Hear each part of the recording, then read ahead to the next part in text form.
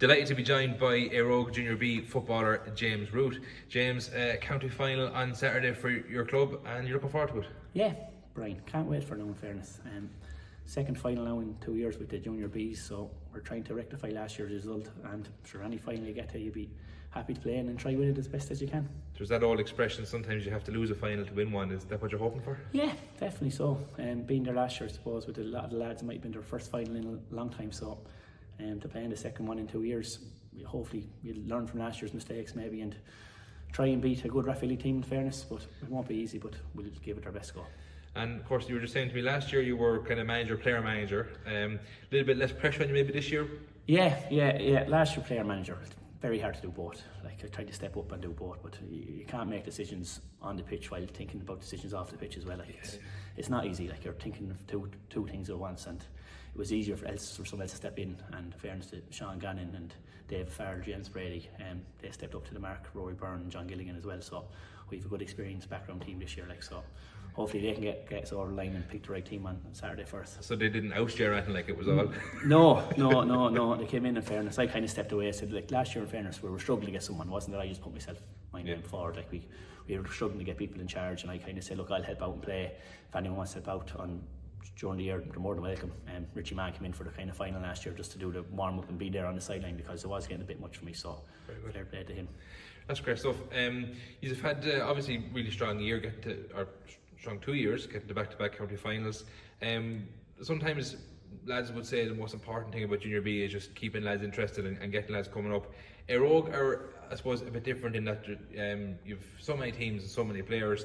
You have a different challenge trying to get lads not just training with their own team but training with the juniors as well. Like. Yeah. Like, usually over the years, Junior B is social football. It's just nearly turn up and play matches, and that's what has been in Eire Og for the last number of years. But kind of the last 2 years, we got a group of lads there together, that mixture of young people and old people, and they kind of wanted to make a bit of an effort about it. So, like, going train nowadays, we could have 15, 16 at train, which is decent, and we'd have a lot of young lads that train with the minors maybe as well. So, like, with them on board, you'd have a good panel there of 20 plus players, like, and I think that's what you need really to be able to compete at Junior B.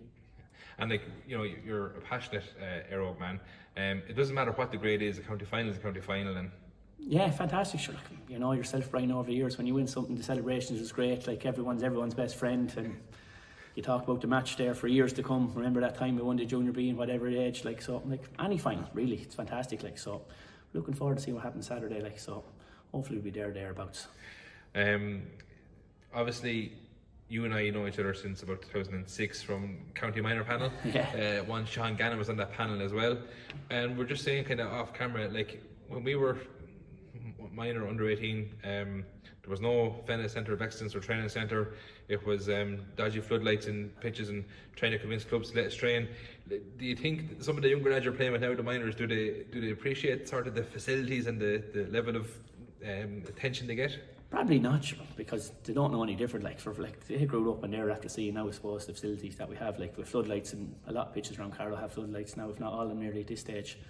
So having the Fen out there as well is fantastic, where they go out there and they have 3 high quality pitches out there as well. So us back in the day, socks and shorts and outside pitch, and that was it really. Like, that's all we got. And I suppose, like, if the likes of the Andy Ellises and if the Larry Malays of this world heard us talking about lack of facilities, you know, and compared to what lads had in their day when there was probably one ball in the whole club type thing. So I suppose there's probably swings and roundabouts, but at the end of the day, it's back to what you said really, the blend of youth and experience, and you can, I suppose, pass on the knowledge and the old stories to the young lads. Well, that's what it is. I think, I suppose, anyone coming out of minor have to kind of play, I think, at the start at the lowest level they can in their adult club and see what they're like. I think if you stand out as a Junior B player then in Eire Og, you're ready for intermediate football. If you stand out for an intermediate football in Eire Og, you're ready for senior football. And that's kind of the pathway that we have. If you don't stand out, that's the level you're at until you get picked, I think, and it's great to have that we have a Junior B, an intermediate and a senior team in the club. Good man. You've been kind of playing wing forward this year. like you played a lot of intermediate football. I'm pretty sure I've seen your name on the senior panel for several years when my name used to be on that old program too as well. But do you notice huge differences between the grades, or is it generally speaking about kind of pace and Brian, that's exactly what it is. Like, I'm 36 now, and I've been intermediate all my life since I've been 21, 18 even more so, I suppose. I've been playing with them and up and down the senior panels, playing league matches and being involved with them.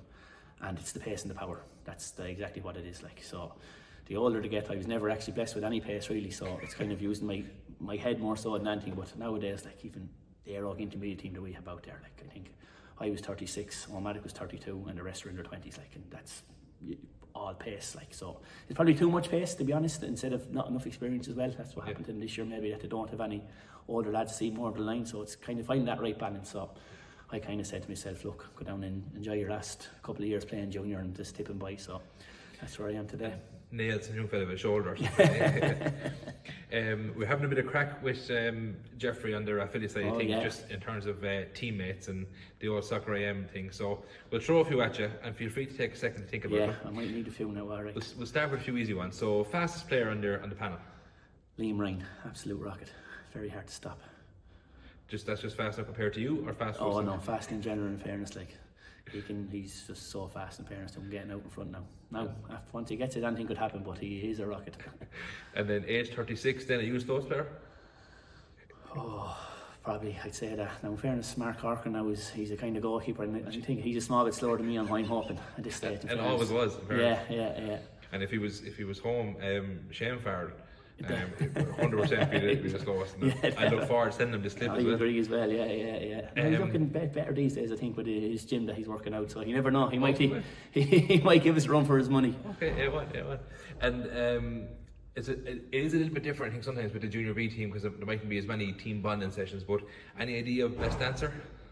Oh, probably from years of experience, James Brady was always a great dancer. When we win the county final nights, he'll have his top off and over his head and going mad, so I will give it to him, in fairness. Very good. Most skillful player? Most skillful player. There's a young lad coming through the minor team at the moment, Owen Myers, and he's just an absolutely fantastic player. I think he only played 2 league games this year in adult level, like, and he's just been brilliant, in fairness, so I'll give him that one. Excellent. Most contrary? Most contrary player. Am I talking to him? No, I hope not. I'm usually positive as best as I can. If Ferric McCormack, he's kind of on the panel, but he's in the WhatsApp group, hasn't turned up once, but he'll be always a man to give out over lots of things, in fairness. Gannon probably has to there as well, does he?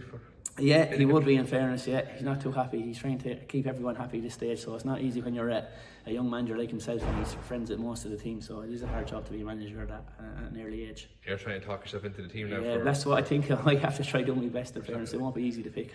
The controversial one was always who's the longest in the shower. Yeah, well, tell you what, it's been a while since we got the showers these days. The ones in Eire Og don't work, and the ones in Fenner are outside, so it's not too often you go over and get a shower in Fenner where a match has been, so there hasn't been a shower now in Eire Og in a while, so I couldn't tell you that one, to be honest. One. And then, have you Joker in the pack? A Joker in the pack? Yeah, Derek Hayden, I suppose, when he's around. He's always telling a few jokes. He loves telling a big long joke, in fairness to him. He probably got it off his father, Joe. We're always good for jokes, in fairness. Oh, fair play. Coming back to the football then, Dr. Cullen Park Nightwatch Cullen Park is a special place. I think it's one of the best, for a county final, it's one of the best grounds. You have the tunnel, you have the nice compact stand and all that kind of crack. It's a special moment for any Carlow GA player to get to grace that side. Yeah, 100%. And it's a great pitch as well. Like, it's any time of the year you play on it, like, it's fantastic. Like, and it's a great occasion to go out and represent your club with whoever it is. If it's juniors, intermediate, seniors, it's something you're not going to forget for the rest of your life. Like, and I think football is fantastic for that, because you can start playing at whatever age, 6, 7, and last till whatever age you want, and the memories that you'll have and the friends you'll have will come down to days like today. Like, so that's what's the best thing about it, I think. Great stuff. Well, James, I have to be careful how I say this, but wish you the very best of luck on Saturday. I understand, Ryan, yeah. Not too much, but the very best of luck. Yeah. And sure, I suppose may the best team win, and thanks very much for your time this evening. No problem at all, Brian. And before we let you go, how did the Rackets game go? The Rackets, 2-2 against the 2 Moors. Great game. That'll be breaking news now on Sky this evening. Thanks, James. Thanks, Brian.